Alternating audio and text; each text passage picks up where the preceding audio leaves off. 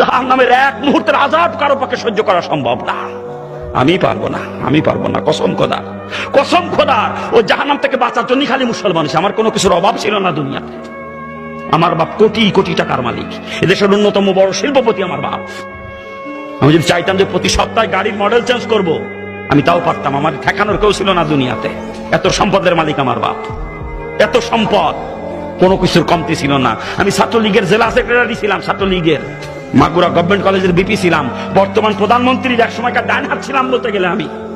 যে শেখর, মাগুরা শেখর, মাসাদ মুক্তারের ছেলে, প্রধানমন্ত্রীর এপিএস, শোনেন নাম, শোনেন না? আমি যখন জেলা ছাত্রলীগের সেক্রেটারি, শেখর ছিল সাংগঠনিক সম্পাদক। আজকে শেখর ওই পর্যায়ে গেছে, তাহলে আমি কোন জায়গায় যেতাম?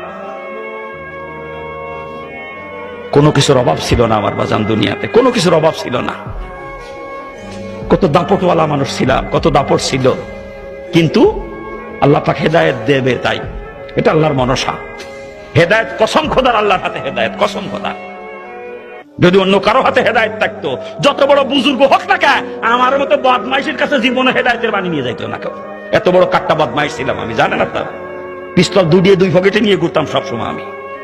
8 জন 10 জন বডিগার্ড থাকতো আমার সাথে, 8-10 জন বডিগার্ড। মানুষ যদি খালি শুনিছে রানা মাস্তান আসতেছে, শোনেন নাই নামটা? শোনেন নাই? ডাক নাম ছিল রানা, মানুষ রানা মাস্তান পেয়ে চিনতো।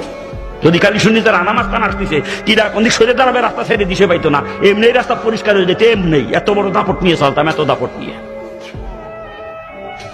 যত বড় আলেম হোক, যত বড় পীর সাহেব হোক, আমার মতো বদমাইশের কাছে কেউ হেদায়েতের বাণী নিয়ে যাইতো না। আমি জীবনেও হেদায়েত পাইতাম না যদি আল্লাহর হাতে হেদায়েত না থাকতো। আল্লাহ কুদরতি হাতে আমার মতো কাট্টা বদমাইশকে আল্লাহ পাক জাহান্নাম থেকে বাঁচাইছে। এটা আল্লাহ পাকের ইশারা। মানে আমি গল্পের বই কি মনে করে রসুলের জীবনী কিনে নিয়ে আসবো কি জন্য বলেন? রসুলের জীবনী পড়তে যাবো কোন দুঃখে আমি, হিন্দুর বাচ্চা হয়ে? কিন্তু গল্পের বই মনে করে কিনে নিয়ে আসছিলাম রসুলের জীবনী, গল্পের বই। আগে থেকে গল্পের বই পড়ার নেশা ছিল, গল্পের বই পড়ার। মনে করছিলাম ওটা গল্পের বই। বইটার নাম হলো যে ফুলের খুশবুতে সারা জাহান মাতোয়ারা। মনে করছিলাম আশ্চর্য কোন ফুল নিয়ে হয়তো বইটা লেখা। কেমন সেই ফুল কোথায় পাওয়া যায় জানার জন্য কিনে নিয়ে আসছিলাম। কিনে এনে পড়ে দেখি আমিও সেই ফুলের জন্য পাগল হয়ে গেলাম। রসুলকে ফুলের সঙ্গে তুলনা করে, রসুলের আকলাককে ফুলের সুঘ্রাণের সঙ্গে তুলনা করে বইয়ের নাম দিয়েছে যেই ফুলের খুশবুতে সারা জাহান মাতোয়ারা। ওটাই আমার পড়া সর্বপ্রথম ধর্মীয় বই, রসুলের জীবনী। আর এত মজা লাগে, পরপর 4 বার পড়ি বইটা। যত পড়ি পড়তেই মন চায়। এরপরে ইসলামের দিকে আকৃষ্ট হয়ে যায়। তখন থেকে ইসলামী বই পুস্তক পড়তে শুরু করি। আর ইসলামী বই পুস্তক পড়তে যাইয়ে বিভিন্ন কিতাবে জাহান্নামের যে বিবরণ পড়ছি, ও জাহান্নামের এক মুহূর্তের আযাব কোনো মানুষের পক্ষে সহ্য করা সম্ভব না। আমি পারবো না, আমি পারবো না, কসম খোদার। ও জাহান্নাম থেকে বাঁচার জন্যই খালি মুসলমান হচ্ছি, কসম খোদার।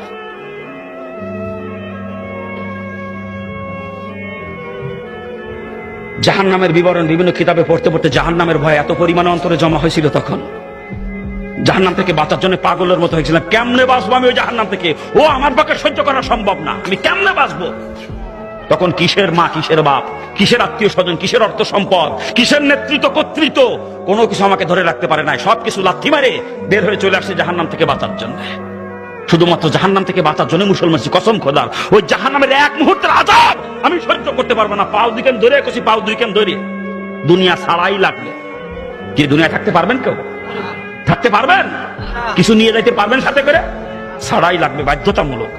অতএব সময় থাকতে দুনিয়া ছাড়েন। যদি জাহান্নাম থেকে বাঁচতে মন চায়, নিয়ে তো যাইতে পারবেন না, থাকতেও পারবেন না।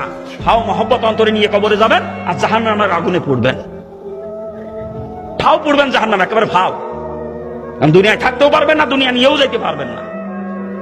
অন্তরে মহব্বত